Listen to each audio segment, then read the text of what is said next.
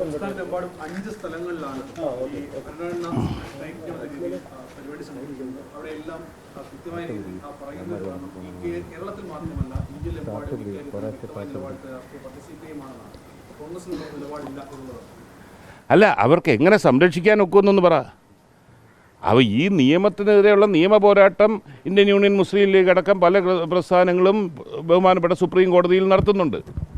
അതല്ലാതെ ഇതിനെല്ലാം BJP മുന്നോട്ട് വെക്കുന്ന ഈ വിനാശകരമായ രാഷ്ട്രീയത്തിന് അവസാനം വരണമെങ്കിൽ നരേന്ദ്രമോദി അധികാരത്തിൽ നിന്ന് മാറിയേ പറ്റൂ. ആ ബദൽ വരുന്ന ഗവൺമെൻറ്റിനെ ഇത് റദ്ദാക്കാൻ സാധിക്കത്തുള്ളൂ.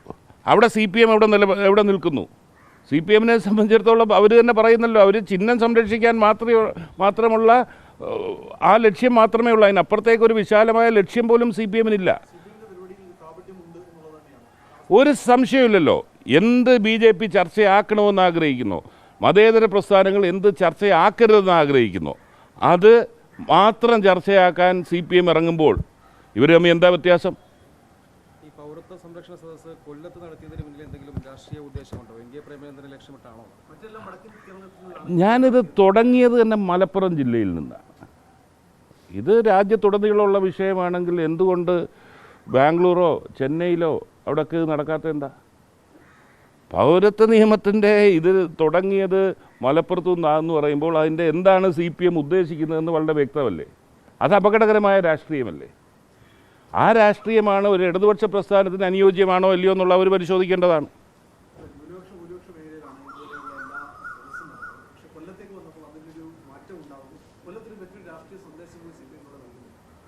ന്യൂനപക്ഷങ്ങൾ എന്നും അടിയുറച്ച് ഐക്യജനാധിപത്യ മുന്നണിയോടൊപ്പവും പ്രത്യേകിച്ച് പ്രേമേന്ദ്രനോടൊപ്പം നിന്ന ഒരു മണ്ഡലമാണ് കൊല്ലം മണ്ഡലം.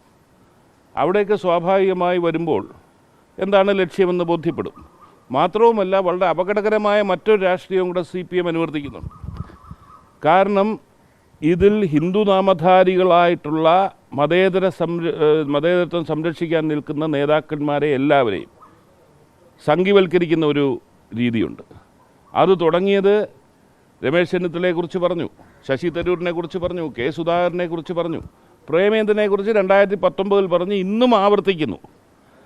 അതിനോട് അനുബന്ധിച്ചുകൊണ്ട് കൂട്ടിച്ചേർത്ത് വായിക്കുമ്പോൾ കൊല്ലത്ത് കൊണ്ടുവച്ചത് രാഷ്ട്രീയ പ്രചരണത്തിന് വേണ്ടിയല്ല എന്നുള്ളത് വ്യക്തമാണ്.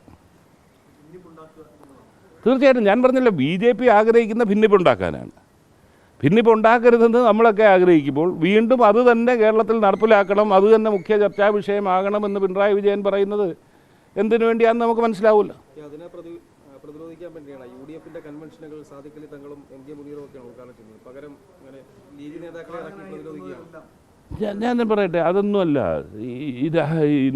ഐക്യജനാധിപത്യ മുന്നണിയിലെ രണ്ടാമത്തെ കക്ഷിയാണ്, പ്രബലമായ കക്ഷിയാണ് ഇന്ത്യൻ യൂണിയൻ മുസ്ലിം ലീഗ്. അദ്ദേഹം കേരളത്തിൽ ഉടനീളം പരിപാടിയിൽ പങ്കെടുക്കുന്നു. കാസർഗോഡ് അദ്ദേഹമാണ് ഉദ്ഘാടനം ചെയ്തത്, കോഴിക്കോട് അദ്ദേഹമാണ് ഉദ്ഘാടനം ചെയ്തത്. അങ്ങനെ അദ്ദേഹത്തിൻ്റെ ഡേറ്റ് കിട്ടി, കൊല്ലത്ത് അത് ഉദ്ഘാടനം ചെയ്തു. അതിന് തർക്കമില്ല. മാത്രവുമല്ല, അദ്ദേഹത്തിൻ്റെ നമ്മളൊക്കെ കൊതിക്കുന്ന നിലയിലേക്കുള്ള ഒരു മതനിരപേക്ഷതയുടെ ഏറ്റവും ഉച്ചത്തിലുള്ള ഒരു സ്വരമാണ്.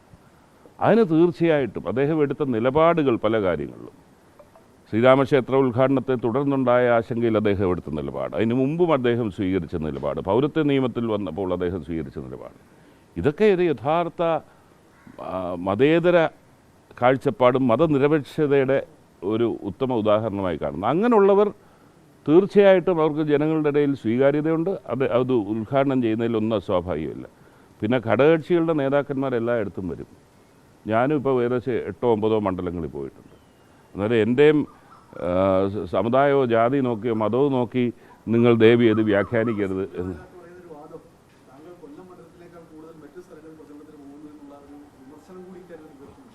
അല്ല, അവർക്ക് പാപ്പരത്വം കാരണം എന്തും പറയുമല്ലോ, അതിനൊന്നും മറുപടി അർഹിക്കുന്നില്ല.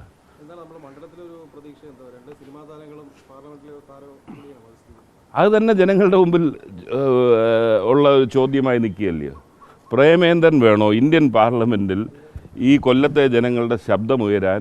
പ്രേമേന്ദ്രൻ വേണോ അതോ മുകേഷോ കൃഷ്ണകുമാറോ വേണ്ടതെന്ന് ജനം തീരുമാനിച്ചോട്ടെ. പാർലമെൻറ്റിൽ പോകുന്നത് തമാശ പറയാനോ അല്ലെങ്കിൽ സ്ക്രിപ്റ്റ് ആരെങ്കിലും എഴുതി കൊടുക്കുന്ന സ്ക്രിപ്റ്റ് അനുസരിച്ച് ഡയലോഗ് പറയാനല്ലല്ലോ. ഈ രാജ്യത്ത് നേരിടുന്ന വിഷയങ്ങളെക്കുറിച്ച് പ്രതിപാദിക്കാൻ പ്രാപ്തൻ ആരാണ് എന്നുള്ളത് ജനം തീരുമാനിക്കട്ടെ. എന്താണേലും 10 വർഷം അദ്ദേഹത്തിൻ്റെ പ്രവർത്തനം ബോധ്യപ്പെട്ട ഒരു സമൂഹമാണ് കൊല്ലത്തുള്ളത്. അതുകൊണ്ട് തന്നെ ഇതിൽ എന്തായിരിക്കും ജനത്തിൻ്റെ തീരുമാനമെന്ന് വളരെ വ്യക്തമാണ്.